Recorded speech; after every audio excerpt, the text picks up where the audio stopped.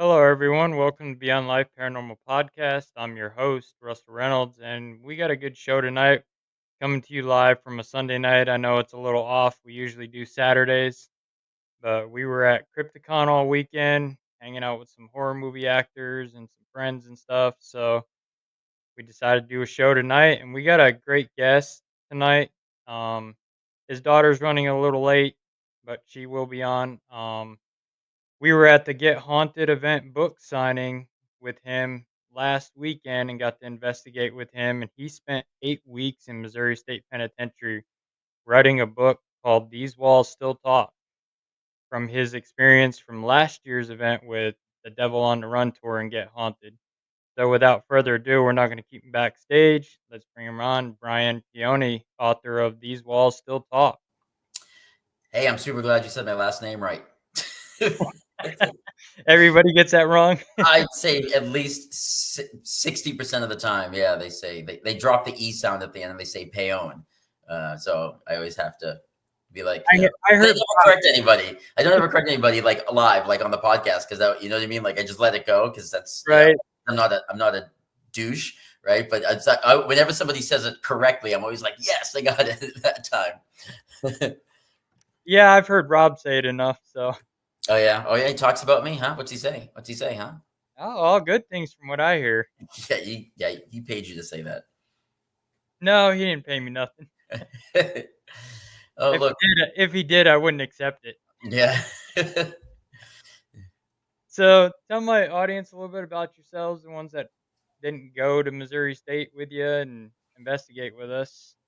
Yeah, me in a nutshell. I guess I could do Austin Powers and be like, how did I get in this nutshell? But me in a nutshell is I've been a published author since 2007, so 18 years this year. I have 12 published novels, and I went to MSP on a ghost hunt, a ghost investigation that had nothing to do with being an author whatsoever. And Get Haunted and Nesper were there that night. It was last June. And my author brain kicked into overdrive, and I was like, holy crap, there's a book here. Didn't know what it was yet. There was no storyline or characters or anything other than, I started thinking as an author, I'm always kind of looking for the stories within everyday incidences, right? And trying to turn it into a book.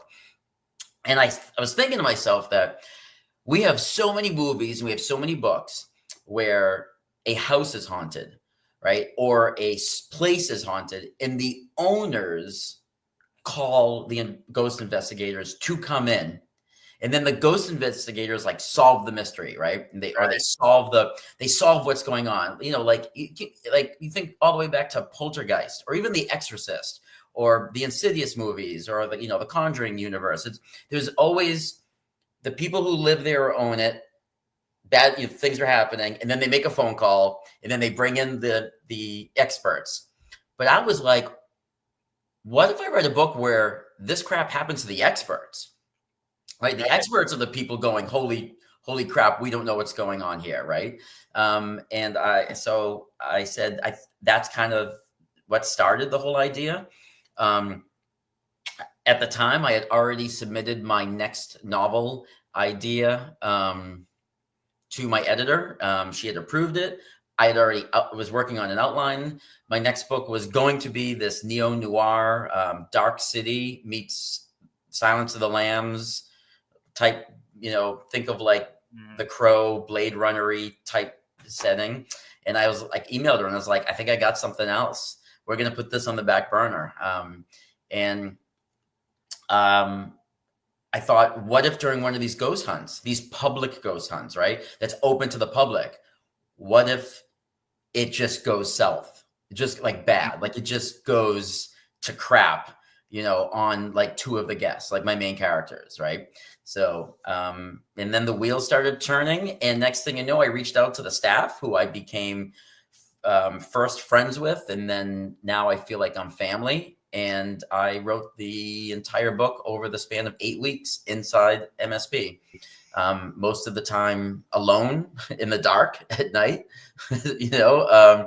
So And that's what happened. And the rule was I wasn't allowed to be on the property unless there was, unless there was workers there, right? I can't be there by myself. But there was a lot of times that I was there when tours or ghost hunts weren't happening, and just one or two staff members were on the property. And I would just go off and write. I had full access to A Hall and 1 and 3. And, there would be times where I'd grab my laptop, I'd go sit in a cell, and I wouldn't see another human for 3 hours, Right. So that added to the experience, especially writing in the location where the book took place. Right. So, I wasn't writing, a book about a ghost hunt gone wrong in a prison and then sitting like on a bench in a graveyard somewhere. Right. I mean, I was in that building is where it was taking place. So, someone made a comment, I forget who, about a couple months ago, and they said, when actors don't get out of character, they method act. They're like, you method wrote. Do you realize you're probably one of the first instances of method writing, So, and then I had to come up with an actual storyline. I had to do author stuff then. I had to take this idea and then go, well, what the crap is the plot? Who are my characters? Why are they there? What actually goes wrong? Why is it going wrong? Right? I got to make a reason for it to go wrong. You can't just have it go wrong because, Saturn is in the house of Aquarius and everything goes crazy. Like, I had to have some sort of device, right? As a writer. So I had to work through all of that. And I'm pretty happy with the way it came out. It's been out now a week yesterday. The audiobooks accidentally came out 2 weeks early through Amazon and Audible. That was beyond mine or my publishing company's control. They actually breached that contract. So a lot of people went and grabbed the audiobook. So when we had the event Saturday, a good amount of people who were there had listened to it, but hadn't read they didn't have the physical book, right? But they had listened to it. So a lot of people who came had already, quote unquote, read the whole book. And one thing that was interesting was Bill from Get Haunted, Bill from Empty Casket and all that. He listened to the book on the drive there, and he'd never been to MSP in his life. So he said it was an interesting experience to listen to the book, finish the book during the drive, then see the buildings and go, oh, that's where that happens to Hannah, and that's where that happens to Parker, and that's what happens to that cell there. Oh, I saw cell 43. I remember that from the book, right? And then he listened to the book a second time on the ride home after spending a weekend at MSP, and then he was like, it's a totally different experience reading the book after you've been there, because you know every nook and cranny. You know what 3D looks like. You know what the gas chamber looks like. You know what the dungeon looks like. So when he revisited those parts, he just thought it created a different experience, So that was kind of neat to get feedback from him on both ends, So the reviews are coming in. So far, the worst review that I've gotten on any website has been 3 stars, but they didn't give a reason why. They just kind of clicked the 3-star thing. Oh yeah. So I pretty much over the last 8 days have had nothing but 5 stars in this 1 3-star, and so far, I guess people like it, I mean, or they're just, I don't know, scared to not like it. I don't know. I don't know. Maybe Rob's paying them. I'm not sure. I don't know. But so Damien had a question for you. He says, may I ask Brian, now you got DeLorean, can we see you get General Lee next? No. Nope. The DeLorean, that is it. That is the DeLorean is the DeLorean. There won't be, there's no other movie cars in my future. I'm happy with my DeLorean. That's my baby. I would feel like I was cheating on her. Right? No, honest to God, so. Then he asked, would you ever consider writing a book from a haunted location, but allowing the guests to write the next page in between the pages you write, and kind of make a story where yourself have no idea where it will go? So I think I understand, what he's meaning. Kind of let guests who are staying there dictate, where it goes, like kind of let them write some scenes. That would be a logistical nightmare. Like it would be an absolute logistical nightmare. I wouldn't even know how we would edit something like that. It would just, Right, I don't think my brain could handle that. It sounds fun on the surface. right.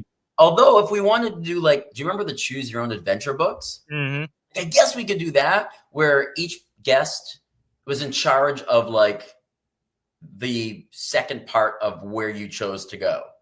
Right. So I guess we could do something like that, but don't put ideas in my head, man, because that's what happens. And then I start thinking and I go, yeah, we could do that.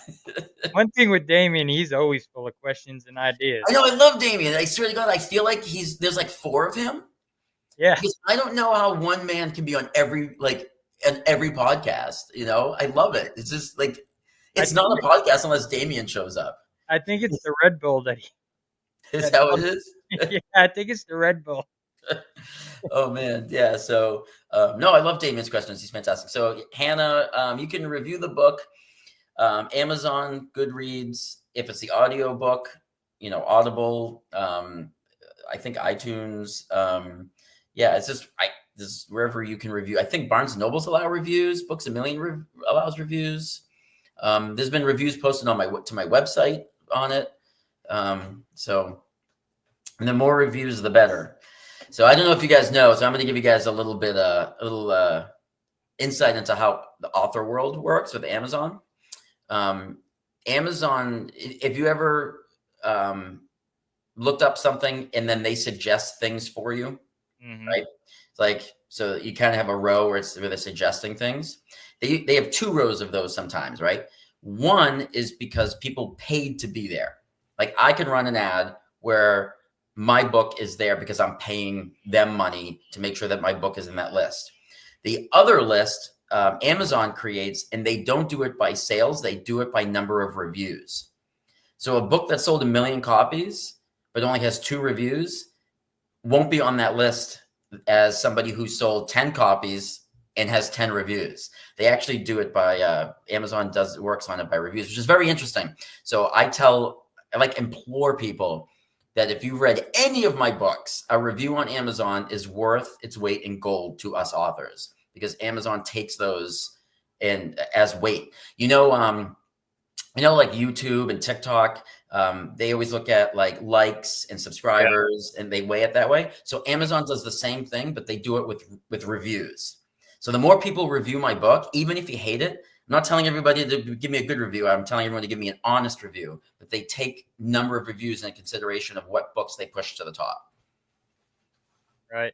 So And I mean, especially you sitting in Missouri State, if nobody's been there, that prison can get to you psychologically because there's a lot of different things and different energies that flow through that place. Like this is our third time going, and it was something different this time. I mean, there was a lot of personal stuff that happened to people, like Hero. yeah, Hero was, like the joke was like he cried, I cried, the ghost cried. I mean, that was pretty intense. Like I'm like stupidly emotional person anyway, but when he started crying, I started crying and like it Right. affected me. Like we walked out and I just, that was something, I mean, Yep. whether or not, I don't know, like even if you're a skeptic, right? Even if you don't believe in any of this and you think it's all gobbledygook and you are hard skeptic, no, no, no. Even if you didn't think what happened to him was real, even though we all heard the EVP, the look on his face was enough, right? The look on his face to be because he came in as a skeptic and he told us when we were down in the dungeon, he was very honest with Rob, and me. And he said, I'm a skeptic, even though I've seen things I can't explain tonight. I still am a skeptic. The only thing that would change my mind is if I hear my mother's name or my mother's nickname, right? That she died 4 years ago and nobody in this room would ever know it. Right. And we left and went into a cell. So he knew he was the only one in the hallway. And when it said his mother's name, like on that EVP, that was wild. I just, that was crazy. That was absolutely crazy.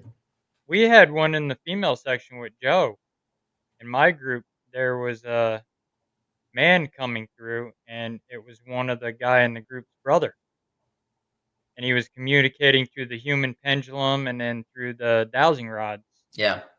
Yeah, was Hannah doing the dowsing rod, or Yeah, was somebody else? Yeah. yeah, Anna was doing the dowsing rods, and that guy that his brother come through, him and I were the front and back of the human pendulum, and Ashley, my friend Ashley, was in the middle, and she was rocking back and forth. It was answering us through that and the dowsing rods, Mhm. and it was his brother coming through, and he had a message for his brother because his brother just passed away recently. Yeah, so I've never done the dowsing rods. I've never experienced them. I've never used them. I've never been around them when they were used. I was in the dungeon with Rob through all 4 rotations. That was my post. So I didn't get to, be with Hannah when she was doing the dowsing rods. But my daughter Annalise, who was there all night, and she was filming Yep. because she filmed all night, and then she's going to compile the footage and whittle it down to about 45 minutes to an hour or so, and then she's going to make a documentary about the weekend that Fright Reads Book Festival in Maryland is going to screen, is going to premiere for her, like, on the big screen September 13th. And Get Haunted's going to be there. I'll be there. The DeLorean will be there. And also she's scheduled to come on the show in about 10 minutes, I believe. I think we're going to bring her in about 10 minutes. But my brother, her uncle, passed away in 2019. And, she believes that he had made contact with her through the dowsing rods Yeah, during the he session. he actually did. And, that was, and my brother Paul, I love all my siblings, but for different reasons, right? And my brother Paul, I would say I'm one of 5, so I have 4 siblings. And I still consider him a sibling, even though he's passed, right? So I have 4 siblings. But of all of my 4 siblings, he was the one that really shaped and molded, I think, the things that I'm into today, right? He was my big brother. So the music that I listen to is definitely influenced by him. I think just the way I thought about things, like, he was kind of like he was like the big bro in the true sense of, like, having a big bro. Right. So it was really hard when I lost him. And he was really close with Annalise. We actually lived with him for a bit when we were moving to Japan. We had, like, a gap in time where we needed, and we lived with him. And he got married after Annalise was born. So, she was alive during his wedding. And at his wedding, she read a poem, after, like, the best man did the speech. She read a poem. Like, so that's how close they were, right? As Mhm. uncle and niece. So when he came through in those dowsing rods, that just meant so much to her. She couldn't wait to tell me, because I wasn't there. I was in the dungeon, and she was with, you guys Yep. and Hannah doing the dowsing rods. And then for her to come to me and be like, Uncle Paul was talking to me, like, it had to have been him. Like, there's no way it was anybody else, So I love that for her. I would have loved to have talked to him, but, I love that for her. Yeah. Yeah, That son of a he came bitch. through. He only came through for a little bit, and then he faded away, and then we had a female inmate come in because for some reason she did not like Joe or myself up there. I guess Mhm. we resembled a guard or guards or something to her, and she was pushing him and I out of the conversation. First That's it was interesting. Joe, and then I asked, "Is there any other men you don't like here?" And the dowsing rods pointed at me, and I was like, "Ah, figures, me." Yeah, right. And I said to Joe, "See, the last time we were there with Nesper and we were up there with Candy, we were communicating with a woman up there who was having an affair with one of the guards.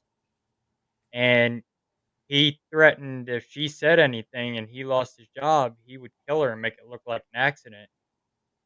And apparently he got her pregnant and she couldn't take it anymore and she dove off the rail off the catwalk up there. I feel like Or I should teach the ghosts how to use the writing program that I use, and just let them write books. Right? Just, like, leave a laptop in one of the cells and be like, "Go ahead, guys. I'm going to come back tomorrow and see what you've written." well, now they got that like my buddy KD from Supernatural Inc. uses. He does runs his spirit box into an AI talk to text app, and it types it out. Oh. So we could publish the ramblings of spirits. We could actually call it, you know how they have like magnetic poetry? I don't know if Yep. you know that, like, right? We could do like magnetic ramblings of spirits, and we could sell it, right? But it would be magnets, and you could have it on your fridge, and then you can move around like what the spirits say and have it make different sentences and stuff. Yep. We're onto something. I think we need to talk after the show, and we need to Yeah, market something definitely. like that. Do it. Yeah, I'm Damien asked, "Would you ever put a working Ouija board into the inside cover of the books, or is this considered step too far with paranormal stories?" All right. So here's the thing. When it comes to books, everything to do with the artwork, the formatting, the stylization, the design has to have something to do with the content of the book. It has to do something with the plot, right? So to answer that question, no, I would never, unless one of my books happens to involve a Ouija board, right? So if one of my books happened to involve a Ouija board for whatever reason, I would absolutely be open to that. And my graphic designer, you met her. Well, she was there, Russell, Amy, the woman who did all the artwork for Okay, yeah, I did meet her. she was there. She left after the rotations. But you know, that would be something that I would talk to her about, because that would be an Amy thing, not a Brian thing, to design that. But if it works, yeah, why not? That would be. I mean, I could even sell what are they called?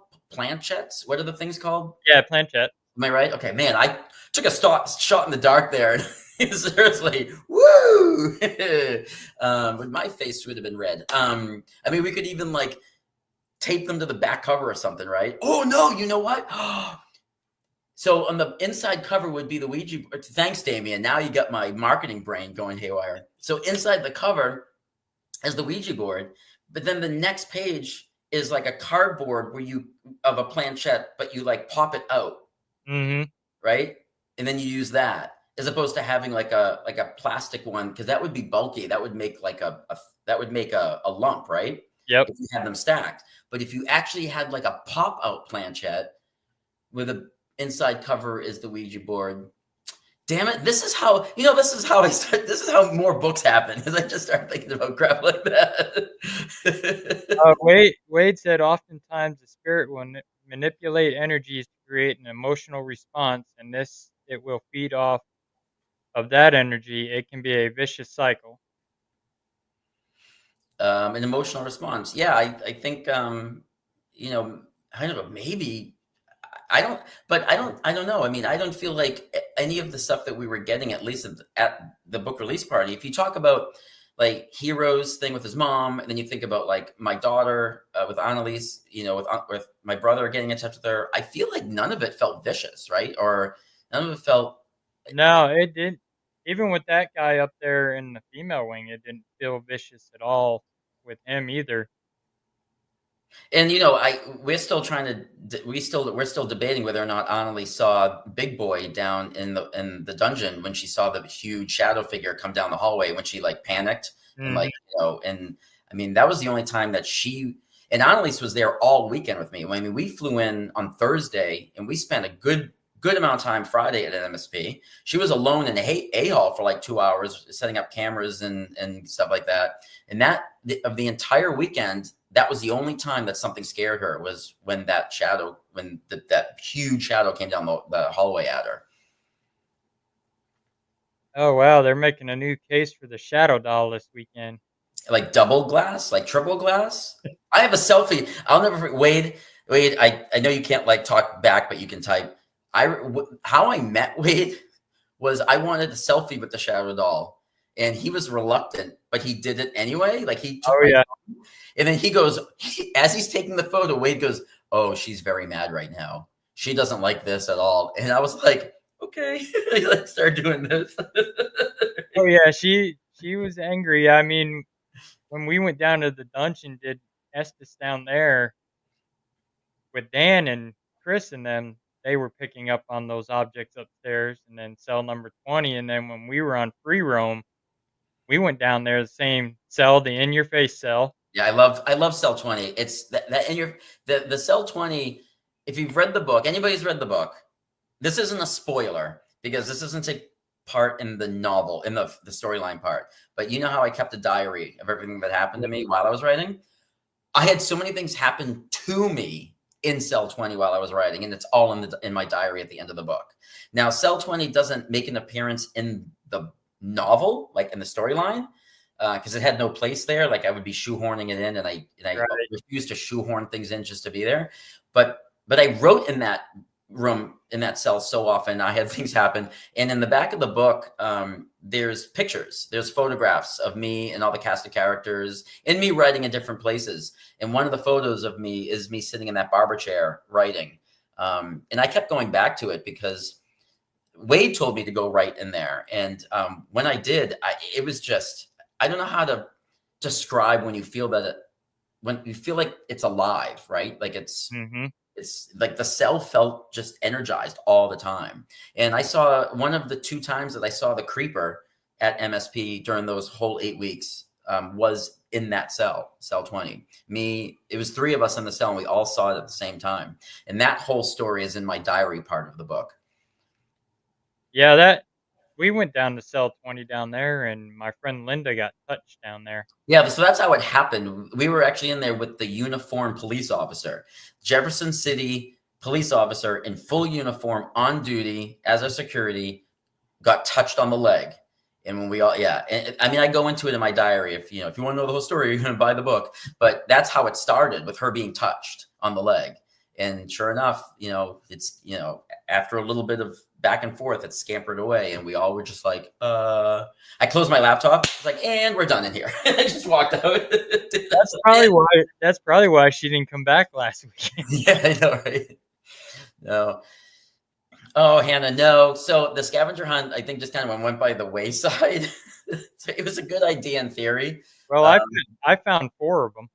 Yeah, so people were finding them, and they were telling me, they were like, "Oh yeah, I found, like a couple of these," but I just don't think people, after we were done with the rotation, we went on free roam.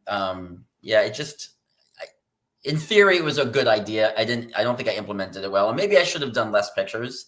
Maybe I should have only done like 5 as opposed to 17. Made it a little bit easier, right? It was people could, you know what I mean? I had grandiose ideas for the scavenger hunt and fell a little flat, but I take the hit on that one. That's fine. Well, the first one I found was Sarah, actually. Sarah? So you must have been in then 3, because I hid her in Death Row.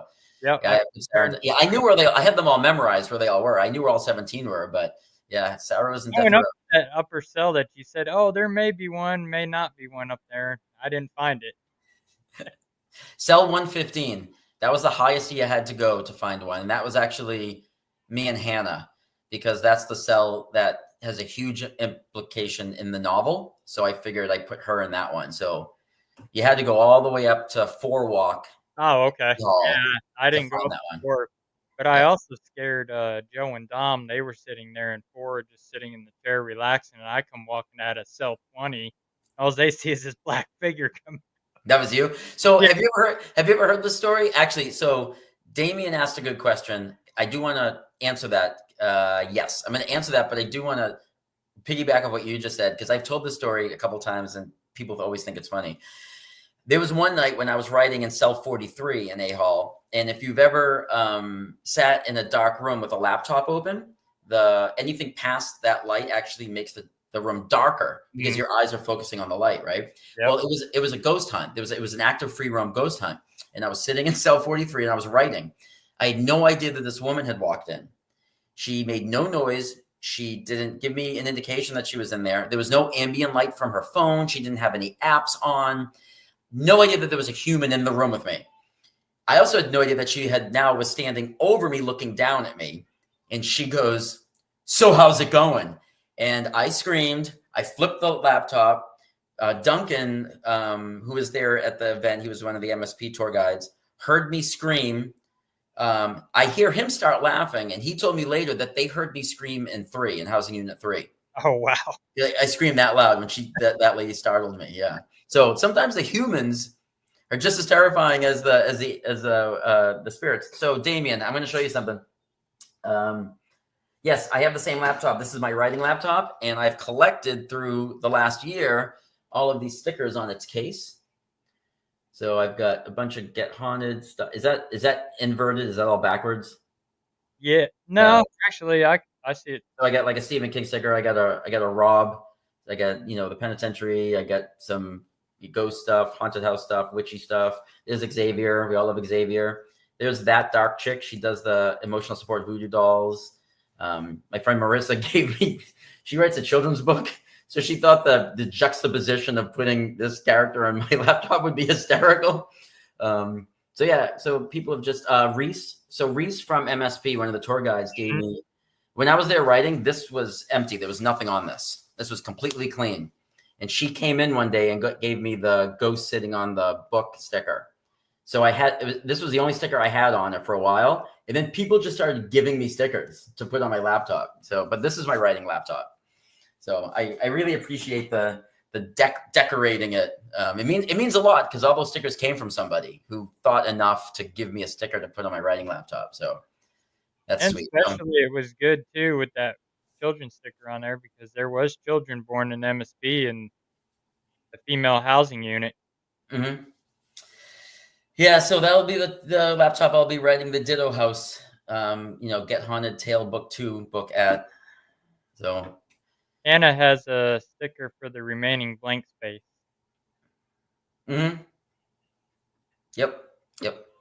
Would I ever auction the laptop? I would auction off the case with all the stickers on it and then just start over. Dude, that's my laptop, man. Like all my writing programs are in that. Stop trying to sell my stuff, Damien. Well, he said So how he gets on all different podcasts. He's got like 5 PCs open. yeah. All right. Well, I mean, if Hannah has a sticker for me for the remaining space, I guess I'll take it. Fine. But did your daughter tell you my dad actually spotted shadow figures going in and out of the cell when we started off with Bill in Death Row? She headed down that way to try to get it on film. So you were seeing shadow figures in 3? Yep. So I've never seen any shadow figures in 3. All of my peekers I see in A Hall. That's where I see them all. But everybody has different experiences, right? Like everybody has a different story. Everybody sees things differently. So just because you do doesn't mean I will, and just because I do doesn't mean you will, right? But I find that housing unit 3 as a whole is dead for that's a really bad pun. Housing unit 3 is really quiet for me, except for 3D. When I Mhm. go down those stairs, I feel like I'm entering like the mouth of the beast. So the dungeon and 3D are the only 2 places I won't go by myself because I'm terrified down there, right? And so I think of 3D as its own animal, but the rest of 3, like Death Row and then the housing unit side, Yep.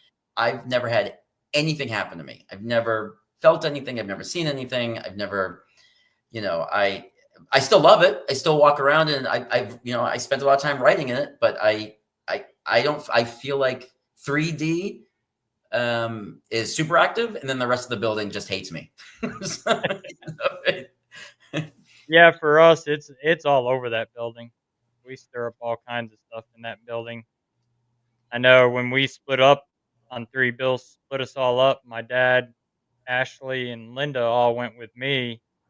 We went on the other side, and they kept seeing a shadow. I laid down in the one first cell, and you could feel like I didn't belong there. yeah, And they kept watching a shadow down at the doorway down there. And so they went down towards there, and we come walking through the door. First, Ashley come walking through, and something touched her on the head and then the arm. I felt like cobwebs, and then I come shortly behind her, and something touched me on my right arm that felt like cobwebs, and looked all over the place, tried to debunk it, figuring we walked through webs. And so I talked with Sheila, and Sheila says, "No, I had inmates in there a week ago cleaning that whole cell block, so there's no cobwebs anywhere." interesting. Yeah. And that was the only time that ever happened. I also the other thing too is you got to remember, like at the end of the day, I was in there to write a book. right? I wasn't in there to ghost hunt. I wasn't in there to join ghost tours. I wasn't in there to, shoot the shit with the staff, which I did, but that's not why I was there. So I don't think people understand how many hours I was staring at a computer screen. Yes, I was in the buildings, and yes, I was sitting in cells, and I even, about 2 weeks into the 8 weeks, I made myself a writing desk in a hall, and I spent a lot of time writing there. So even though I was inside these buildings, I don't think people realize that I was writing a book, right? So I wasn't. Yeah, you weren't focused on anything. Yeah, I wasn't. So if I heard something, I would look up. If something felt weird, I would look up. But I wasn't just sitting there and the book was writing itself and I was investigating ghosts, and because I was I won't do the dungeon of 3D by myself. I used to tell guests during free roam that, hey, if you're going to the dungeon or you're going to 3D and you see me, grab me and I'll go down with you and I'll just write because I won't go down by myself. So as long as I know somebody else is down there, I'm okay. So, through the 8 weeks, I had a multitude of guests who would find me and be like, hey, author dude, hey, we're going down to the dungeon. I'd be like, I'm coming. Because if I had the opportunity, I'd go because I would never go by myself. So my time down there was so much smaller. And I was down there and I witnessed things happen to some guests who were complete strangers to me. I was just there writing, and I watched a woman's ponytail get pulled so hard that her ear bent down to her shoulder. Again, she screamed. I peed myself, closed my laptop. I didn't even hit save. I closed my laptop and we ran. I mean, that's how scary that was, right? So, I've experienced stuff down there while writing, but for the most part, I was staring at that screen, just trying to take in the atmosphere, But I'll tell you, there's nothing like sitting in a hall at 11 p.m. and for a fact there isn't a single human being in that building because that all the staff and all the guests are in the lobby getting their safety brief by Jenny or Lisa or Reese or Dano, and you're alone in that building, and they've gone lights out, right? And there's no moon, and you start hearing dragging sounds from the dungeon. Shit you not, that happened twice, where it sounded like someone was dragging like a footlocker right? So there was like a drag, and then the step, and then like the drag, and then the step. And that's, if you haven't ever experienced that, that's scary as crap. Because, that's something you can't make up, right? And I knew that every single guest was in the lobby. I knew they were getting their safety brief, no staff members, so those moments were terrifying where I would look up from my laptop. And again, because the screen is so bright, everything beyond it was black. I would tilt my screen down and go, hello? So,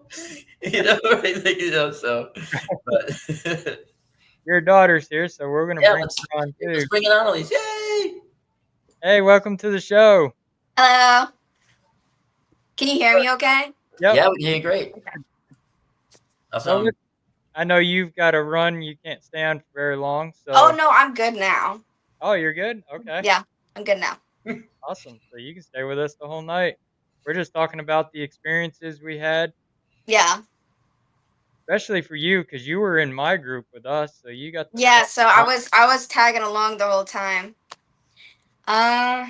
Yeah, we talked about the dowsing rods and Uncle Paul coming through, and we touched a little bit on the dungeon. How scary it got down there, but then I didn't want to talk too much because that was kind of your story, not mine.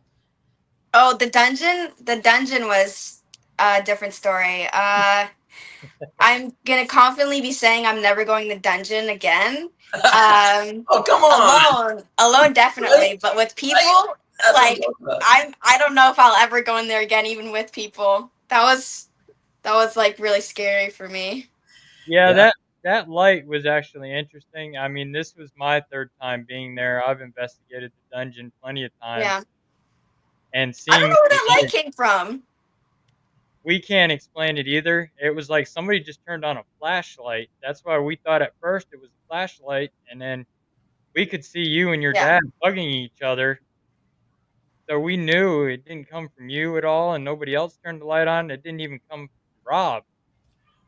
Yeah. Yeah, I mean, me and my dad didn't see it because it was behind us, apparently, right? Yeah. Yeah, it So was exactly right behind you guys, but just before that that's. happened, when I your said I leg felt. I felt something right behind me too the whole time. I kept telling my dad, I'm like, I feel like something's like right behind me, you know.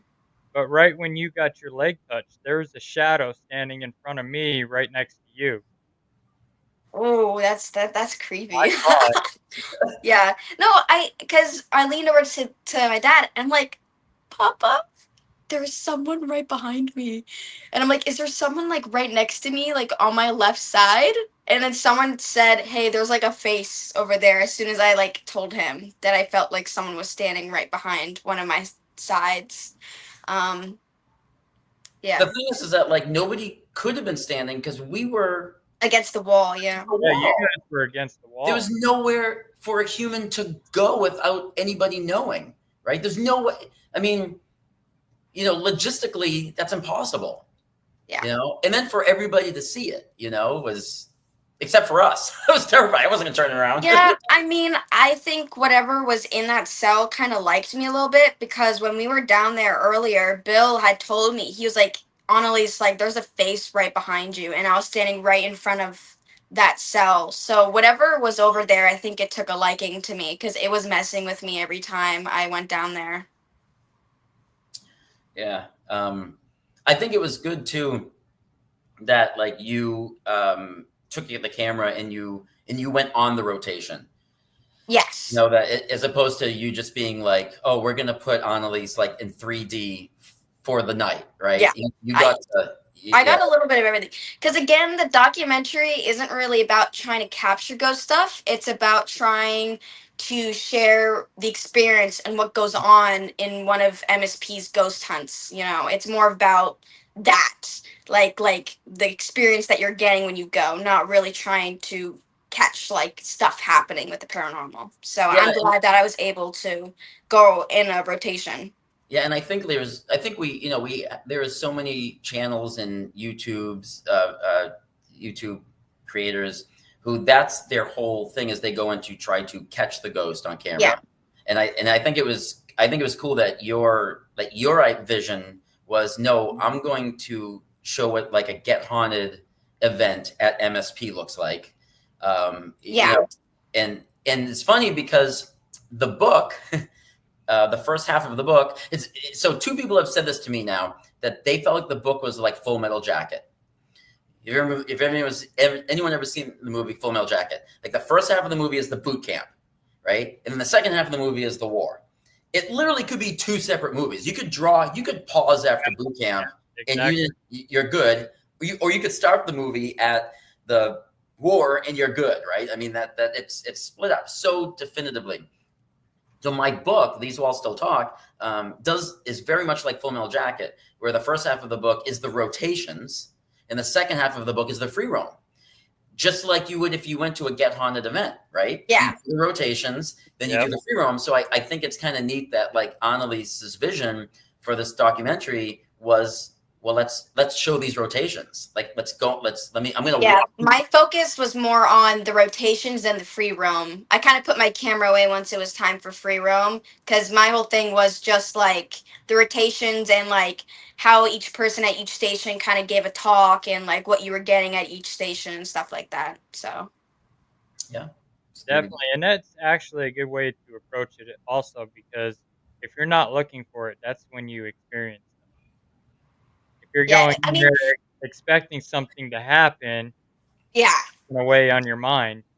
Yeah, I definitely feel like once I go back and watch through all the clips that there might be one or two things that like appeared on the film that none of us caught or like didn't catch on to because we weren't looking for it, you know? You'd be surprised. You might be more than that. You might go back and watch the footage and see something that nobody saw. You Yeah, might those even the know yeah. was there, and then, I don't know. And that was caught accidentally and you weren't trying, Especially the female section, because Joe and I both kept hearing something behind us. That's why we kept looking back there. I had a feeling something was right behind us. I don't know why. Every time I looked back I didn't see anything, but I just had a feeling that there was something behind us. Right, and we were all like looking forward because Hannah was doing her little metal rod session, but I kept glancing back behind me because I just felt like there was like something behind there. Well, right back there is usually where there's a shadow that appears around, comes around the corner and peek around and then dart back Yeah. that area. Right. So about so how many hours do you think you got total? Do you know? Like Oh overall? goodness. Goodness. Well, the speech at the beginning itself was an hour long Right. of footage, and each rotation was about 45 minutes long, and I was recording, I think, for most of it, so about like 45 minutes times Four four, in the and hour. more extra stuff Yeah, after that. Yeah. because I know you were filming also like here and there, like even before it started, and weren't Yeah. you doing some shots and stuff? So Yeah. yeah, should be yeah. I can't wait to see it. You know, I'm Yeah, Yeah. I excited. can't wait to watch I'm it excited. too. She's my daughter, and I was there. Yeah. I can't wait to watch it. And I'll start editing it once I get back home from my trip. yeah, it'll be good. And like and Fright Reads, it's going to be premiered there. And Yeah. Get Haunted is going to be there. So and little Annabelle is going to be there. And Yeah, I love Little Annabelle. yeah, who doesn't love little Annabelle? Little Annabelle's so cute. But actually, I think Hannah just asked you a question about the. Oh, what'd she ask? I What's the think editing process for? Oh goodness. Okay, so what I for editing, I use CapCut for everything. I love CapCut so much. I just upload the videos, and then from there I'll trim them down, and then I'll break them up and splice them, and then however long that is, after I take out all the long pauses or stuff that's not really happening, I'll see how long it is, and then I'll cut down stuff that I think are less important than the other things to make sure that it's like an hour 45 minutes long, so it won't be too long, so because I won't be adding it, so the editing process will be pretty easy for me because I'm not adding anything to it. I'm not adding any special effects. I'm not adding like like music or anything like that. It's supposed to just be pure like raw footage. So it's gonna be lengthy because I have to watch through all the footage, but it's not gonna be lengthy because I'm adding stuff in. you don't want to digitally put in the Brim Cat Shadow Man from the book. Just go buy once. Well, because then after that, my work is fake and it's lost Yeah. its like credibility. Oh, I completely agree. And I think one of the things that like Rob and I know Sarah, unfortunately, she wasn't there, and all the Get Haunted crew. I think one of the things that they are going to enjoy, or they let's say believe in with you doing this, is you're not going to sensationalize anything. You're not going to like zoom in real fast on something that you hadn't zoomed in yet to try to get somebody to think that something was down the hallway. I mean, this is more of a documentary. This is more of a documentary about Get Haunted's rotations at MSP and less about ghost hunting, right? It's more about the what they do. Even if I don't get anything, it's a pretty cool, fun, educational video, so. Yeah, everybody gets to learn from the history and Yeah. what's on there. They just get an idea of what like Get Haunted and MSP is all about, so. Yeah. They can use it as like a, marketing tool. Yeah. Yeah. They'll splice it up and use it as commercials. All of a sudden we'll be like watching, the Super Bowl, and there'll be a Get Haunted video, and it'll be your footage. Yeah, there you go. Yeah. So, I'll talk to Rob about it. I'll sweet talk him. I think we had Damien had a question. Would you say you were a skeptic before you started this journey? is that for both of us? Both of you. Man, I'm from Salem, Massachusetts, and I lived in a funeral home like during my formative years. I think I was born into the idea that there's something, right? You don't really know what it is, but there's something, So I didn't call myself a skeptic.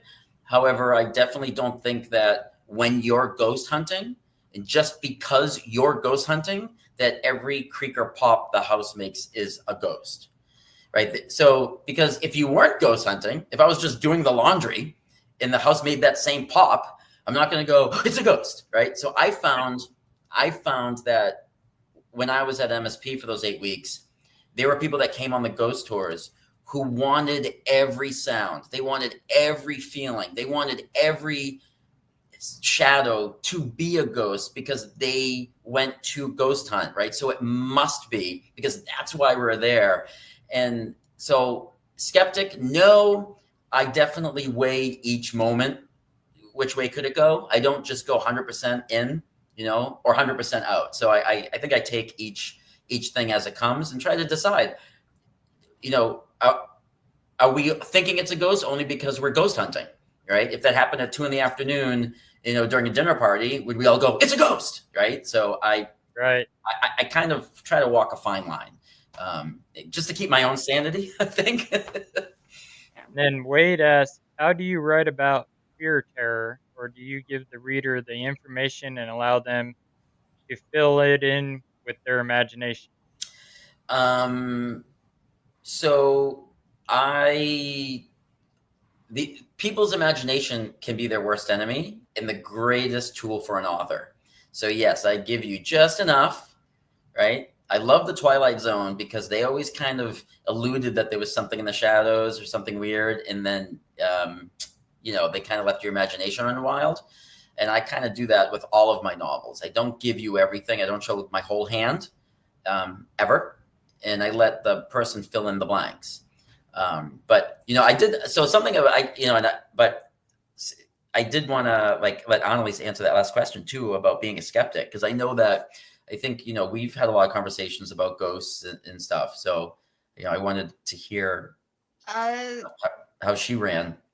So I've never been a skeptic. I just think about ghosts in a very scientific way, just more of not technically beings, but more of just sources of leftover energy from someone that has died that hasn't gone anywhere else yet. So I don't know if that's still considered a ghost, but that's how I think of them. So Like an imprint, like it's just there. It's like because the saying is energy can't be destroyed or created; it can only be transferred. So I just think it's just leftover energy that holds memory, and that's what we experience with the paranormal. So. Yeah, that's a good way of putting it, and that's actually true. I love hearing so many different theories, because we don't know, right? We don't. Nope. We know that 2 + 2 = 4, right? But we don't know. And so when I hear other people's thoughts and theories, I love when I hear something that I wouldn't have thought of myself, and then I go, that makes a lot of sense. Yeah. I'm like, shit, I never thought of that. I didn't think of that. I never thought about it, but my God, somebody said just recently to me, they said, what if ghosts are parts of the space-time continuum that is thinner, and we're just seeing silhouettes of another dimension? They just got too close. Right? That's all it is. They just get too close. Maybe MSP in another dimension is I don't know, an orphanage, and we're just seeing them get too close to, and we're close, right? So maybe they're seeing us on their side. And I was like, my mind just went. I was like, man, I'm too sober for this. I can't, I can't have this conversation right now. But Ranzer asks, sorry if this was asked or covered, what is the history behind the dwelling that you both went to cover your book? We're talking about MSP. What I don't even understand by dwelling. That's probably, he's talking about MSP. So it says, what is the history behind it? It was, there's a lot of history. I forget what year it was opened. 1836 or something like that. Yeah, something around there. And it closed in 2004 because last year was its 20th anniversary of closing. Yeah. And it was it was referred to as the bloodiest 47 acres in America. And it just had atrocities, just atrocities and atrocities and atrocities. I mean, that's a whole other podcast to tune into if we want to talk about the history of MSP. I did do a lot of research at the history of MSP, and I do include it in the book. So the book does kind of almost become a historical horror novel at times, especially with the 1954 riot. I found, of all of MSP's history, I was most drawn to the riot. like what happened that night. It's fascinating for me because, you know, being a police officer for one, I just can't believe how big and how fast it went down. So, you know, I knew that the riot resonated with me, and I knew it needed to be in my novel. So the riot is a massive part of my book. And so I had to do a lot of research for it, and I learned so much about that night. So, you know, if you want to look up the 1954 riot MSP, you'll go down a rabbit hole, and there's pictures, and they had a cop. They were so scared because of so many inmates had broken free that they were putting calls out to police departments up to 100 miles away to respond to help. There was an officer that drove his patrol car 100 miles away in 1954, broke down a quarter of a mile from MSP and ran the rest of the way and just abandoned his car because that's how bad they needed help. Like, that just shows you the urgency and panic that was happening that night, you know? And then Damien asked if a producer wanted to make your novels into a movie, do you have direct say on that side, or is that part of your team that would set that up? Damien, if you know a good lawyer, send them my way. That's all lawyers do. That lawyers to hash that out. You know, that's so to give a serious answer to Damien. Usually, what happens is there's a contract, and then once the contract is signed, there's no wiggle room, right? So I could sign a contract, and the contract could be, we're going to give you X amount of money and buy this book, and then I don't get a single say, right? They just pay me money, and I have to walk away from it. And then there's some contracts, you know, there's some contracts where the author very much wants to be involved in the casting process or the script writing process. So there's so many different variables to that. Damien said he's seen a ghost woman behind you. That was Edelweiss. She was being nosy. I think she heard Annalise's voice and knew I was on a podcast. She tries to cameo every podcast now. She like photobombs my podcast. Yeah, I saw that walk past. Yeah, that was her. She didn't have to go that way. Yeah, she could have gone a different way, but no, she needed to check in, make sure that her face got on camera. I'm sure she was up there, you know. Yeah. Oh yes, Annalise would have to direct it. Yes. Yeah, I've already said that multiple times. I was like looking at the places. I'm like, this is where this would be. This is where that would be. I'm like, if I'm not directing this movie, if these walls still talked, or if I at least don't even have like one part in it, I'll be very upset. I don't want to be a part of it if it happens. You'll disown me. Yeah. Well, Yeah.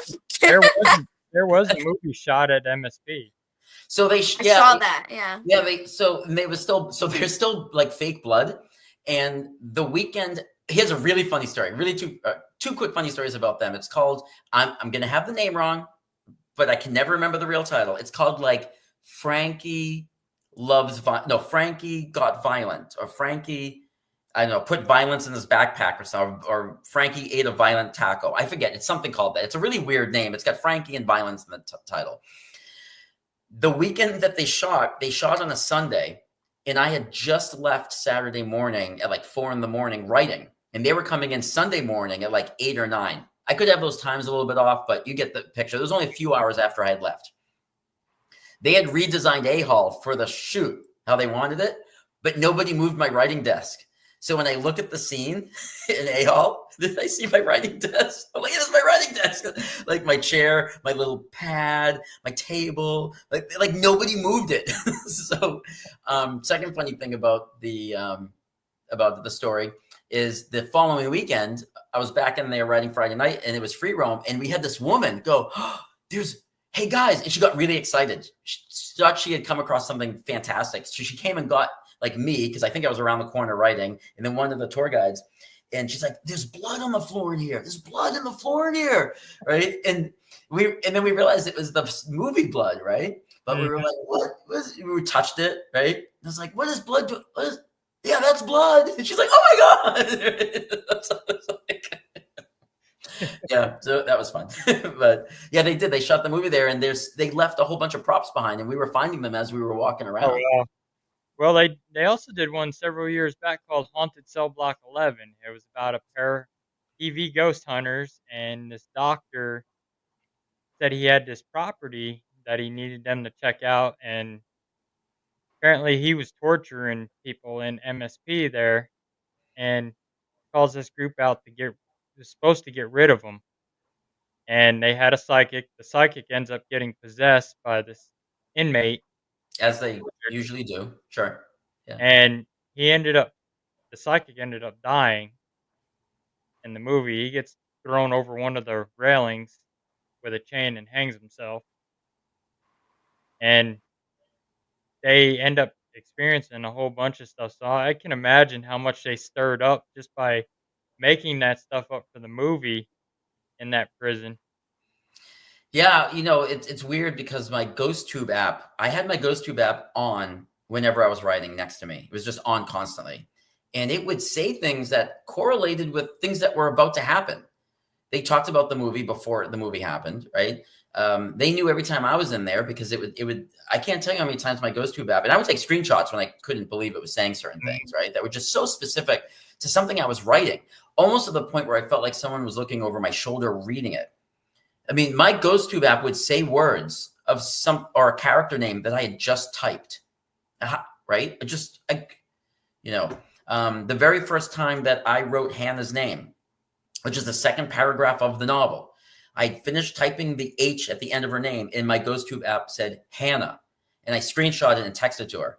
It had never said it before, right? I mean, why? That's so weird. Like, that's so weird. Oh yeah, it's interesting. Like that event, the Nesper event that we were all at the first time when we were in death row, we were running a spirit box, which is a reverse sweep ink box. So everything is swept in reverse, and the name Amy came across there. Well, come to find out from Jenny that Amy's crypt was going to be there 2 weeks after. Oh yeah, that's right. That's right. They were coming into film. And did you know that I was at MSP the weekend before you guys came, and my GhostTube app, me and Jenny's GhostTube app kept saying the doll, the doll, the doll, the doll, the doll, and you guys, well, Wade, brought the shadow doll, and it knew, like it knew, Oh yeah, they know when things are coming out. Yeah. Granzer had another question. What made you choose MSP as a spot? It was close by you, or the stories you've heard about MSP, or other reasons? Yeah. I know this. This story is I'll try to keep it short. So I'm born and raised in Salem, Massachusetts. We live in DC now, the DC area. I was a police officer for 16 years, took a break, and then went back to police and got hired as a detective in the DC area. In order to be a detective, I had to go through a total of 18 weeks of training, 10 weeks with a 3-week period of 3 week. But there goes Edelweiss. This is the shadow figure everyone's seeing. It's 10 weeks, then 3 weeks home, and then 8 more weeks. And it was all in Missouri. All 18 weeks were in Missouri, in the St. Roberts area, which is, if anybody knows Missouri, it's kind of like about an hour from Springfield. That's where the training was. We were there about, towards the end of our 10 weeks, and we had basically done everything you could do every weekend. We had run out of things to do. We were bored. One of the guys in my training class, another police officer, said, "Hey, the Missouri State Penitentiary does overnight ghost hunts. Would you want to do something like that?" I'd never done anything like that before in my life, right? I'm from Salem, Massachusetts. I grew up in a funeral home in Salem, Massachusetts. You would think I would have done ghost tours, right? I've never done a ghost hunt in my life. I was like, yes, I want to do this. This sounds amazing. Had no idea what we were doing. No idea what was going on. I went in there like eyes as green could be. And I will tell you a really quick funny story after I say this, just to give you an idea of how bad I was at ghost hunting. It ended at 3, I think it was there, or I forget, was there 11, there 10 to 3 tour, free roam. I don't remember what it was. All I remember is that when it was time to leave, I didn't want to go. Have you ever been doing something so fun for the first time and it's time to go? You're like, I just don't want to stop. I don't want to leave. This is great. This is amazing. I was so happy with it that I was like, we're coming back next weekend. And that was the Get Haunted Nesper night. Mm-hmm. I had no idea who Get Haunted was. I'd never heard of them before in my life. I knew who the Warrens were, obviously. Being from New England, I knew who Nesper was. but I didn't care that Nesper was there, and I didn't care that Get Haunted was there. I just wanted to go back to MSP and do another ghost hunt, right? That's what I wanted to do. We went, and you got to remember, the first time I went, it was just an MSP free roam, right? MSP doesn't do their rotations, right? So it was weird to be like hoarded into A-Hall. I was like, what's going on? I was like, what's going on? This isn't what we did last weekend. What, this is a guy talking? Who's this guy talking? This silly looking man, with his salt and pepper hair and talking about his life. I was like, I don't care. I just want to go ghost hunt. That was Rob, like, I was like, can we get, like, what's going on here? And then we got Trevor. I was like, why is this guy stuttering so much? Can we just like talk and get on with our rotations? Just so I have full permission to tease Trevor about his stuttering. I don't even think I'm being mean. He stutters in the book, which is funny. But then I read it. Yeah, then we broke up into the rotations, and I was and that's when I said, huh. Yeah, that fell into there's a book here, right? So now we're up to where we were talking about earlier. I left that, so I went during my 10 weeks of training, and then I came home for 3 weeks because there was a 3-week break. So when I went back for those 8 weeks of training to finish out my course, that was when I went and wrote the book. So I would go to class. I was in class Monday through Friday during the daylight hours, and I was at MSP at nighttime. And I document all that in my diary. In fact, my diary at the end of the book actually notates the hours that I was in there every day, how many hours I was in there and stuff like that. Actually, almost like a time card, right? For like a job.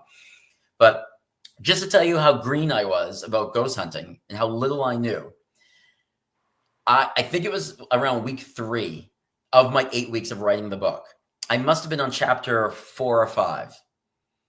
And Lisa, the tour guide, is talking about the REM pods because they have REM pods at MSP. Yep. They don't really advertise that they do because they don't want everybody checking them out. But if they feel like they got a good group and everyone's going to be kind of respectful of the equipment, they'll go get them, right?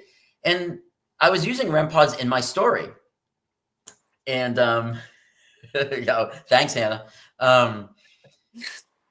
And Lisa was like, okay, so I've got the REM pods. And I was like, whoa, hold on. What did you just say? She's like, the REM pods? I was like, the REM pods? She's like, yeah. I was like, could you spell that for me? She's like, yeah, REM space POD. She's like, why? I was like, well, good thing that Control H change all exists in documents, because up until that day, I thought they were called REN pods, REN. So in my book, they were called REN pods all the way up until that moment. And I felt like an idiot. So I tell that story just to show people that I'm not a ghost hunter. Like, I went in there, as just amazed at what was going on, right? I did not know the equipment. I didn't know how to use it. I didn't even know how to spell it, but I loved it. So, that's, MSP will always have a special place for me because it's where it started, right? And I love those buildings. And I love the people there. It's not just the buildings. I mean, Jenny and Sheila and Lisa and Reese and Dano and, and I'm forgetting people, I know, but,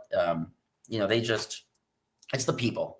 So. Oh, yeah, they're all awesome down there. They treat us like family, too. And in fact, my cousin John Zaffis calls Jenny the warden.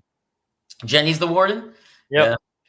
I call Sheila the warden because she's well, she is. I mean, she's the prison boss. So, I mean, she'd be more of the warden than anything. Yeah, I call her more of the warden than Jenny, but. Yeah, Reese calls her the Oompa Loompa, which then I put in the book because it's funny. I thought that was hysterical. The first time she called her Oompa Loompa in front of a bunch of guests, I was like, oh, that's going in the book. I was like. I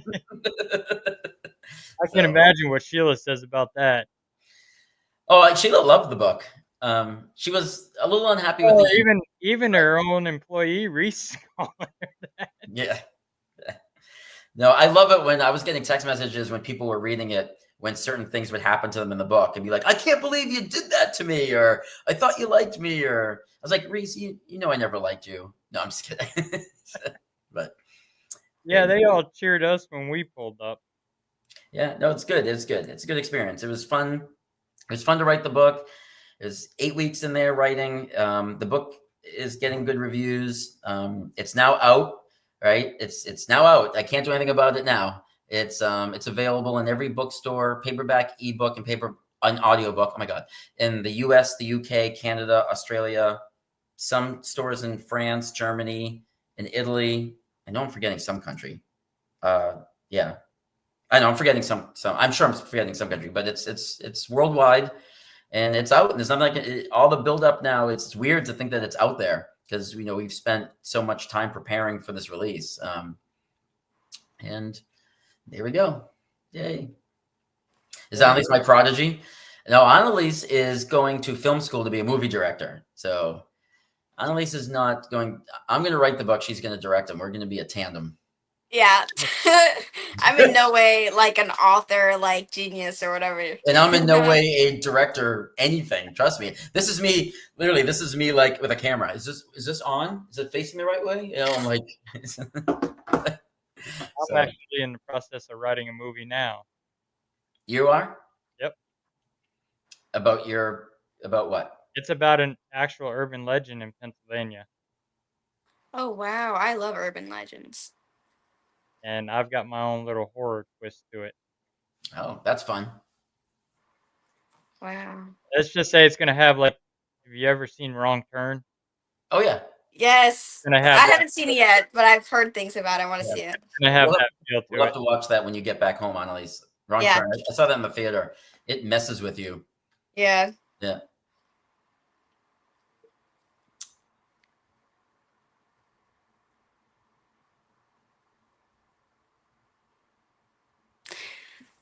I mean, did he say he was a believer, or was he just like careful about what he? Yeah, I was definitely a believes? believer. I was just careful. I just didn't think that. What got me into the genre? Oh goodness! So my dad, he's what got me into horror. I learned about paranormal stuff through horror movies. I've always had a love for horror. I was watching, like the Thriller music video at 3. My very first horror movie I think I ever watched was Paranormal. No, it wasn't. Wait, what was it? Poltergeist. Yes, Poltergeist. The very first movie ever, horror movie I ever watched was Poltergeist. So that's probably what did it for me with the ghosts and stuff. So I've always had a love for anything with like demons, paranormal stuff, stuff like Insidious, The Conjuring, Paranormal Activity. That stuff fascinates me so much because so much of history with humans and stuff is believing in these things that we can't really see, but it's been around. The concept of it has been around for so long. I find it so interesting. Yes. Yeah, and Damien, it is a huge mug. It's Awesome Con, which is a convention I do every year, and it is filled with orange Tang. I don't know if anybody ever drinks Tang. If you guys know what Tang is. You always are drinking some weird kind of juice. I don't know. You're always coming home saying, "I got this new juice." but it is big, and I am small, Damien. So it is both. Yes, I am a small person, and this is a big mug. So proportionately, it's weird. All right. The question, the Russell Reynolds story, you will get scared, very scared. Is that a promise? That's some big promise. That's some big things to be about here. But I can be scary. Yeah. So I do the exact same thing my cousins, the Warrens, did too. I go out and I deal with demons and demonic hauntings and. Yeah. My gateway into horror movies was The Exorcist, and I still to this day, possession films is my favorite subgenre. Possession films 1, and then haunted house stories 2. There's something about a good possession movie. Maybe it's because I went through 13 years of private Catholic school, and it's just like ingrained in me, right? But there's something about a good possession film that I won't say no to. But yeah, I would say my dad is the reason why I am so interested in this stuff, because he encouraged me a lot along the way, to embrace, like my liking for this kind of stuff. Well, when you guys were in Missouri, you guys weren't too far away from the Exorcist house. The Exorcist house. Right here in St. Louis, Missouri. Yeah, so where they shot it is in Georgetown, DC, and the stairs, the famous stairs. We've been living here now 5 years, and I still have yet to go walk up the stairs. And that's just something I'll do that at some point. It's on my bucket list. So But There were, yeah. The Blob and Blob, the Thing, black and white. The Thing in black and white. Oh yeah, yeah, yeah. And then you moved on to Freddy. Yeah, I would. Yeah, Freddy Krueger was my first slasher like series, but for Annalise it was Halloween. I introduced her to Halloween before. Halloween was what got me into movie making. Yeah, John right. Carpenter is my biggest inspiration ever. Like, Yeah, he does good stuff. Yeah, yeah, he's a yeah, classic. yeah. And yeah, Annalise got to meet him and chat with him one on one for a few minutes, and Yeah.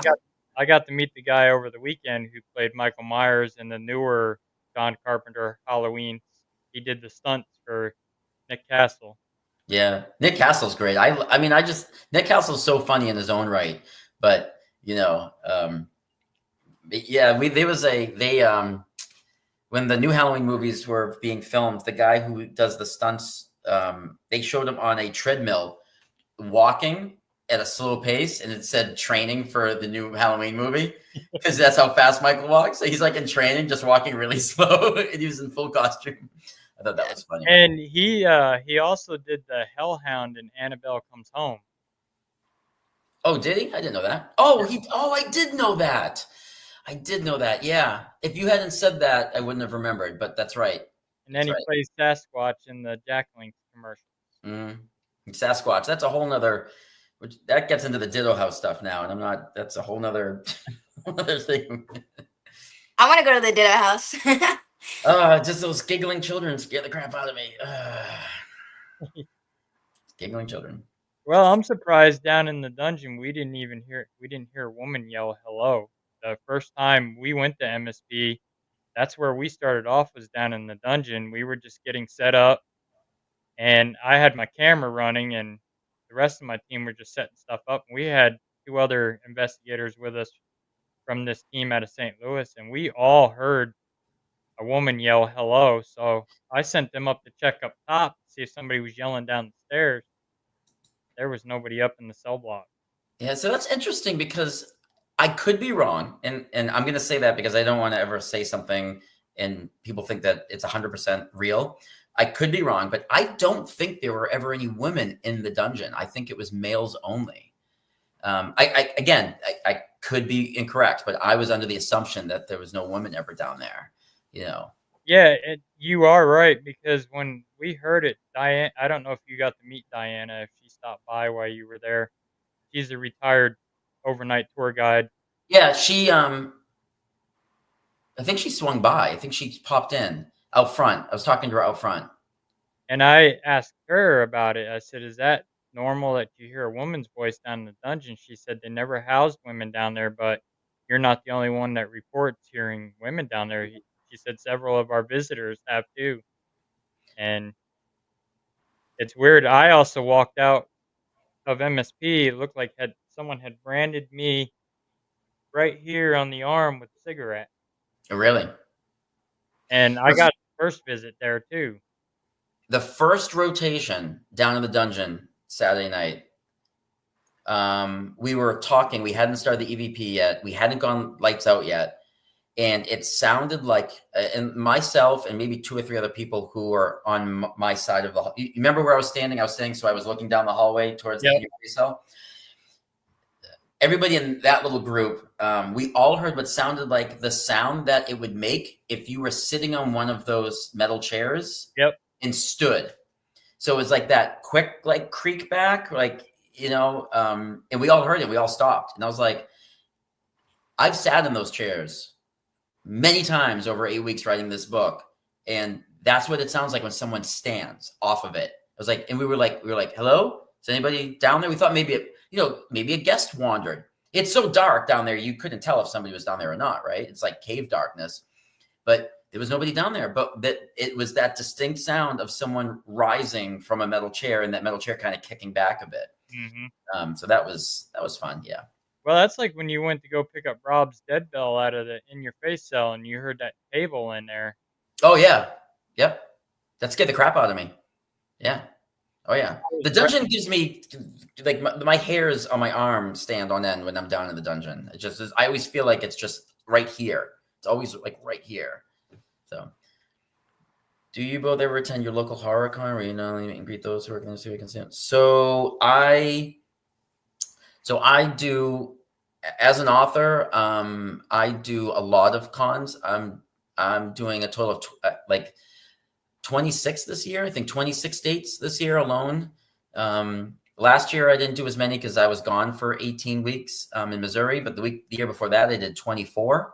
So I basically live at horror cons or book festivals, or as an author, I vend everywhere. I'm And I tag along a good amount of the time as well. Yeah, I've been a keynote speaker at one last year, so I get asked to kind of go around. I'm the guest of honor sometimes, so yeah, I'm and I have my booth there with all my books, and I do my signing. So that's pretty much that is turned into another full-time job, is being an author, right? So,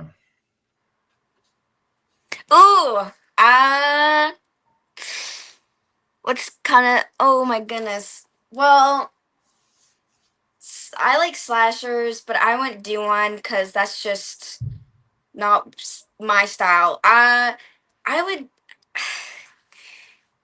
I don't know. I would probably do something paranormal with like monsters, but like not like typical like vampire or like Frankenstein, kind of like more like Skinwalker or like someone that's like insane type thing. Uh Probably, yeah, like possession or like paranormal, stuff like that. I think I would have fun making. I could see you having fun doing like something with a cryptid, like some creature, like That's what I was saying. Like I like creatures. I don't really like. I can see myself just doing like a normal monster, like kind of like Skinwalker hiding in the woods, kind of thing. I love Skinwalker. stuff like that. Skinwalkers scare the crap out of me. I don't know if I, those like reels on Facebook are true, but my God, there's some of them where I'm just like, nope, no, thank you. You can have that dog. You can take that dog right out of this house. They are real. We actually worked the Skinwalker case, and we yeah. had one actually shapeshift from a hawk and disappear in the midair, and it pinned my father up against the tree, and he kept having this claw mark bruise that kept showing up for 2 weeks straight on his wrist. No, thank you. And my members were back by the woods, and they called me back there, and we all got to look, and here's that same hawk sitting in the tree in the woods looking at us. And then that night, we kept hearing stuff up in the corner of the cemetery. We walked up there, and my buddy was with me, and he shined the flashlight down. He says, "Stop." I said, "What?" And I looked down, and I was that close to getting impaled through the stomach by a fence post. Oof. It was luring me right into that fence post, and then right above my head, an owl lets out a That's owl. some Final Destination crap right there. Yeah, and so, and there's been numerous reports of a skinwalker in that cemetery. That's scary. So I yeah. that's yeah. The I one mean, thing. Go ahead. oh, I mean, I want to believe skinwalkers are real, but I'm kind of like skeptic on it. I'm not saying like no, they're definitely not real, but it's like one of those things where like I'm not gonna really believe in them until I see something like with my own eyes that like I know I saw. So they're interesting for Another sure. good, another good one to be making a movie of, the Pharaoh people of the Appalachians. Appalachian Mountains.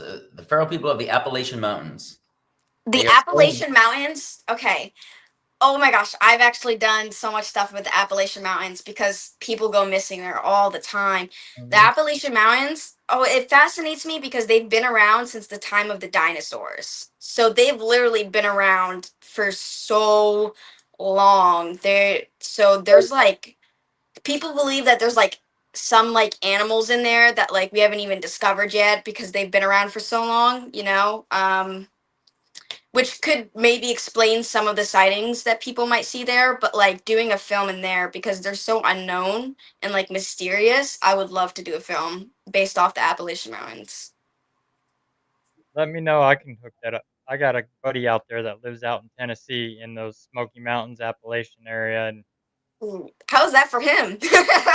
oh, he's actually they're out tonight. out in the woods Wow. I'd be investigating. terrified to like go out back to pee. It'd be like, you're like having a party and then like your buddy goes missing and you're like, oh, Joe just went to pee on the dumpster and he's not around anymore. Not around anymore. Which cryptid is the one you really are driven to a big fan of? I'll answer this first and I'll turn it over to Annalise. There's something about like Mothman that if Mothman's considered a cryptid, that just is like wildly fascinating for me. Oh yeah, Mothman. It's really, yeah, because I don't know. I don't know what it is, However, Get Haunted Tale Book 2 is going to have Sasquatch in it because of the Ditto House, because the Ditto House is known for Bigfoot, Yep. sightings. So I'm incorporating not only the ghost of the Ditto House, but also the surrounding land area that it's known for. So Get Haunted Book 2 is going to have cryptids in it for the first time. We're doing squatches, so that'll be fun. Me personally, I don't know if this is really considered a cryptid more than like a creepypasta, but I am really fascinated with like Slender Man. I think it's really cool. Just like the like stories that surround him and stuff like that. So that's something that really fascinates me because again, he's like some kind of creature that like lurks in the woods, Yep. So Children. I like that. If you want to learn about Slender Man, if you go on my YouTube channel here, my future podcast from Supernatural Inc., I did a whole show on Slender Man and several other cryptids from the Appalachian Mountains, the Tennessee Wild Man. Well, I mean, Annalise, I have to make sure I check that out. That sounds pretty cool. I got Slender Man hiding in your closet for when you get home, so you'll be all right. You can just ask him what you want and you can kill him. I've done stuff on Mothman, the Jersey Devil, because I'm originally from the East Coast. I grew up in New York State. So I did one on the Catskill Mountain Witch. Oh, yeah, I know that one. Yeah, sure. Which I've heard yeah. since I was a kid. And I lived not too far from where she was turned to stone in those mountains. Yeah. My dad used to do workout in that area all the time. So I used to go out there when I was a kid. And there is 2 mounds in the lake that are said to be her eyes. Wow. Would Loch Ness Monster be considered a cryptid? Would that be categorized as one? Yeah, that would be considered. Because we don't know what it is, right? If it exists. If it came out and it was all like, hey, look at me, I'm a cryptid. Huh? Mothman, cryptid or space alien? Oh, I think Mothman's a cryptid. I don't think it's from outer space. I think it's, if it I exists. think it's more of like a werewolf type situation. Like where it's like half man, half moth kind of thing. Yeah, I don't know. Well, that's like I just did one a couple weeks ago on the Rougarou. Yeah. And several other cryptids like the Boggy Creek Monster, and I had our local Bigfoot guy on with me. Who, Squatchman? No, Carter Burchart. Oh. He's our Missouri Bigfoot guy. He was a consultant on the show Finding Bigfoot when they did okay. in Kansas. Do you know Squatchman over in Kentucky? Yep. Dude, that man, oh my God, I fell in love with him. I even have a Squatchman t-shirt now. Is that he wasn't going to be a character in the book, but after I spent 2 days with him, I was like, how can you not be? So the chupacabra is a cryptid, right? Or is that like more of like folklore kind of thing? That's more like a paranormal folklore. The chupacabra is. The chupacabra is pretty cool, I actually think. I did one on the Wampus cat. I don't know if you've ever seen I don't know what that is. Yeah, I've never heard of that. It actually looks like a cougar, but only it's got 6 legs. You're not talking about like an older female that goes after young men, right? Oh, I never know. You said cougar. I was like, oh, okay. Well, this shifted. What podcast am I on, Russell? What podcast did we? But yeah, it's got like 6 legs, and it's a lot more built than like your regular mountain lion would look like. Oh, that's creepy. And that's known to be in the Appalachian Mountains and the Smoky Mountains. So basically what I'm hearing is like, just don't go there. Like, just steer clear of... You hear from people that live in the Appalachian, like there's my friend Kara Coffin lives in part of the Appalachian, and as a little girl, you weren't outside at night, she was saying. Because you're not worried about like the kidnappers or like the robberies. You're worried about the fucking like little cryptids coming out of the trees and stealing you. The France Oh my god! catacombs. Oh my god! I love the oh my gosh! I love the French catacombs so much. Oh, I want to. Oh, There were like remember the movie as above, so below, or something like that. Below, yeah. Yep.